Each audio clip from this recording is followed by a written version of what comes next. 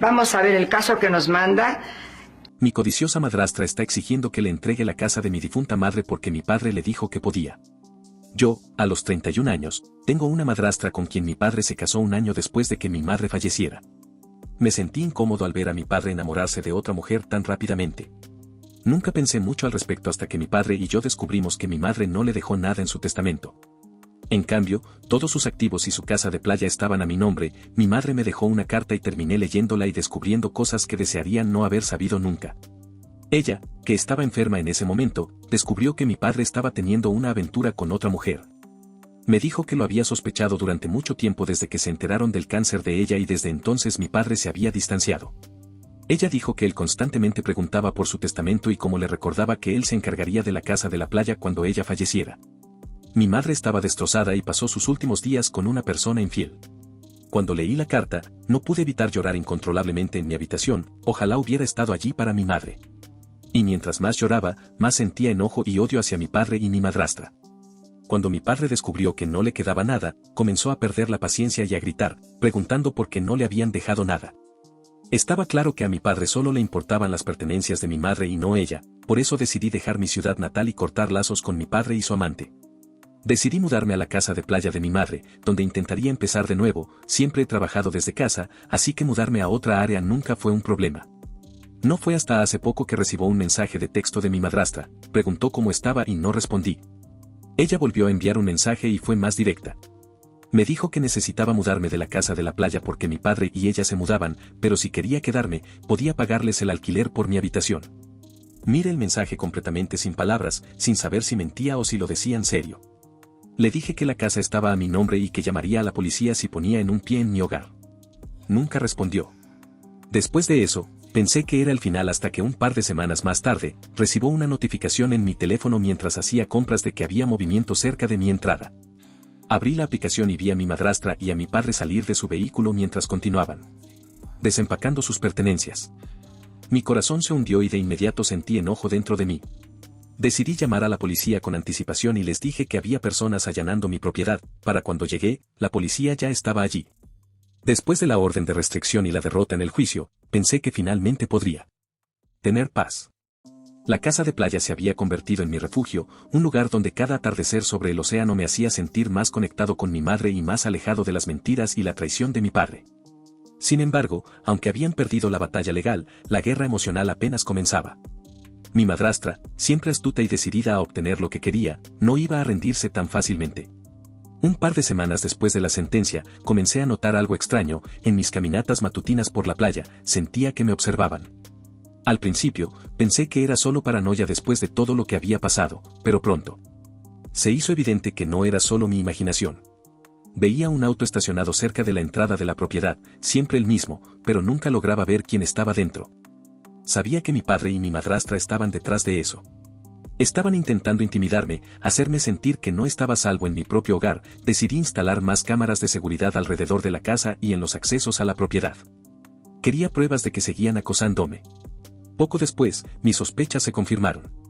En una de las grabaciones nocturnas, vi a un hombre que claramente era un matón contratado por ellos, merodeando cerca de la entrada, revisando ventanas y tratando de acceder a la casa. No había duda de que intentaban algo más grande, quizás buscando algo valioso que pudieran usar en mi contra. Llamé nuevamente a la policía, pero su respuesta fue lenta y poco efectiva. Aunque las grabaciones eran claras, los oficiales me decían que no había suficiente para hacer arrestos, solo advertencias. Sentía que la justicia, que antes parecía estar de mi lado, ahora me dejaba indefenso frente a los intentos de manipulación de mi padre y su esposa. Unos días después, mientras volvía de una breve salida a la ciudad, encontré la casa de playa con las luces apagadas, como si la electricidad hubiera sido cortada. Al entrar, sentí una tensión en el aire. Todo parecía en orden, pero noté algo fuera de lugar. Una ventana en la parte trasera estaba ligeramente abierta. El pánico me invadió. Mi espacio personal había sido violado. Corrí a revisar cada rincón de la casa, buscando signos de intrusión, pero no encontré nada. Revisé las cámaras, y aunque no había imágenes claras de alguien entrando, estaba convencido de que alguien había estado allí. La sensación de inseguridad crecía dentro de mí. Estaban jugando conmigo, creando una atmósfera de miedo y control que me recordaba constantemente que no estaba a salvo. Fue entonces cuando decidí contraatacar. Si ellos querían guerra, yo no iba a seguir siendo la víctima. Contraté a un investigador privado para que vigilara a mi padre y su esposa, quería saber cada paso que daban, cada movimiento sospechoso. Lo que descubrió me dejó sin palabras, resulta que mi padre y su esposa estaban en serios problemas financieros. La deuda los asfixiaba y la casa de playa, en su mente, era su boleto de salida, estaban desesperados, y por eso intentaban presionarme de todas las formas posibles para hacerme ceder.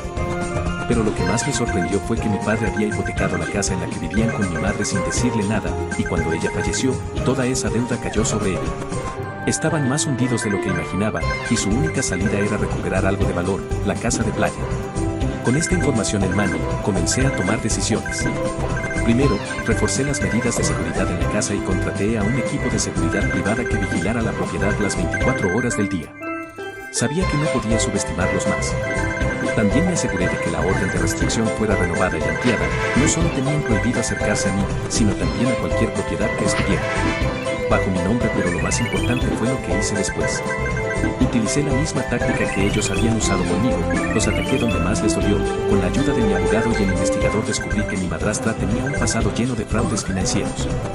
Decidí exponer esto, llevando la información a las autoridades y abriendo una nueva demanda contra ella por intento de estafa y acoso.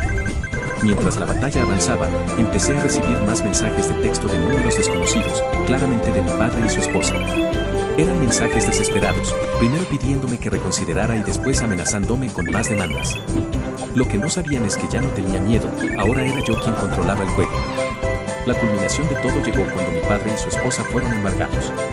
Sus bienes fueron incautados y la casa que tanto codiciaban terminó siendo vendida para cubrir las deudas que habían acumulado. Los vi perder todo desde la distancia sin la más mínima gota de remordimiento. Sabía que ellos nunca me habrían mostrado misericordia si hubieran logrado lo que querían.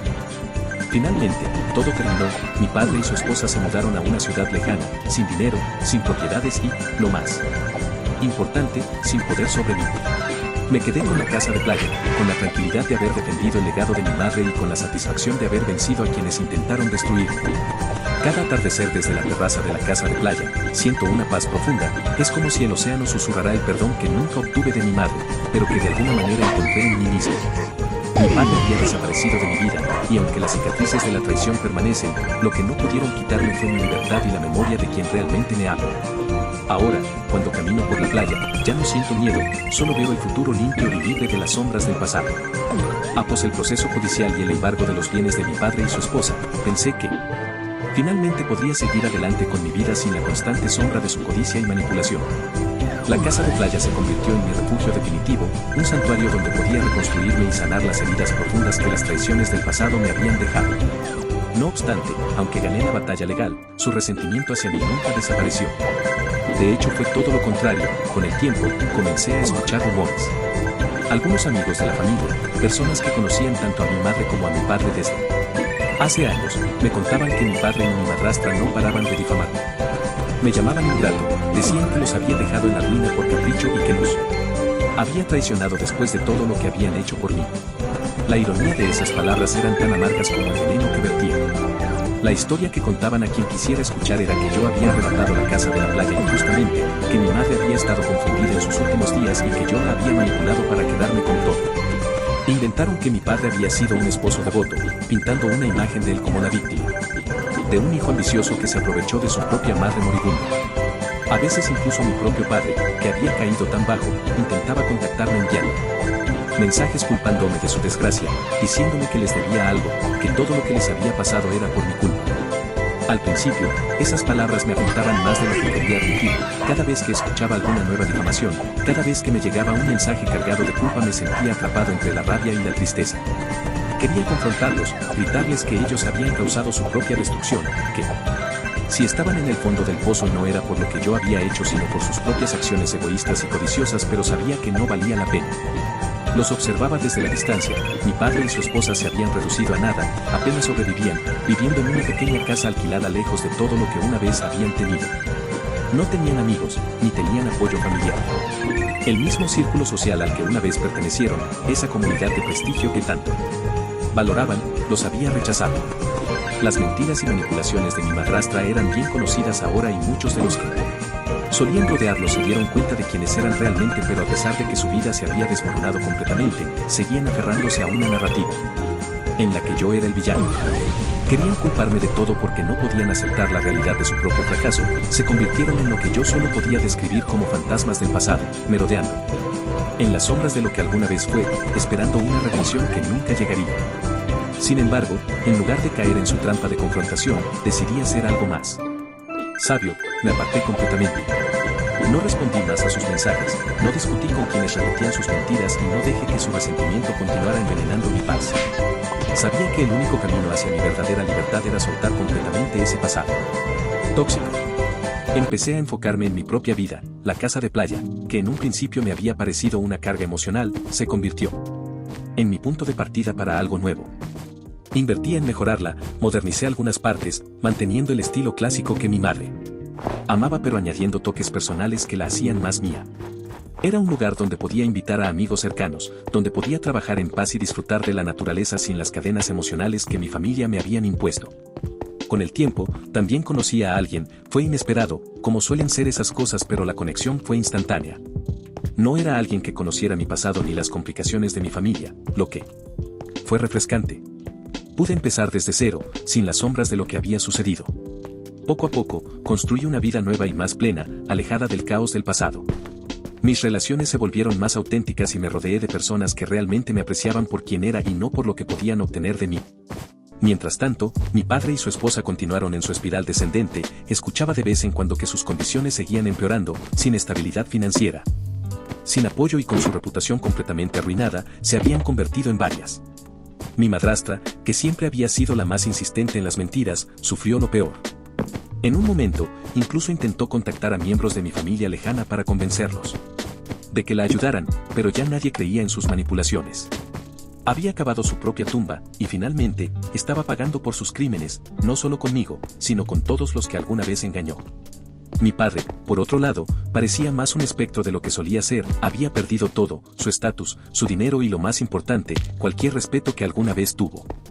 Me llegaron rumores de que su salud estaba deteriorándose y aunque una parte de mí, esa parte herida de niño que alguna vez lo amó, sentía lástima, sabía que no podía volver atrás, no podía darle lo que quería, ni emocionalmente ni de ninguna otra manera. Ellos seguían tratando de pintarme como el villano, pero ya no importaba, sus palabras no tenían poder sobre mí. Habían perdido, no solo la batalla legal sino algo mucho más grande, habían perdido su dignidad y su humanidad. Y eso no fue por mi culpa sino por su propia codicia y egoísmo.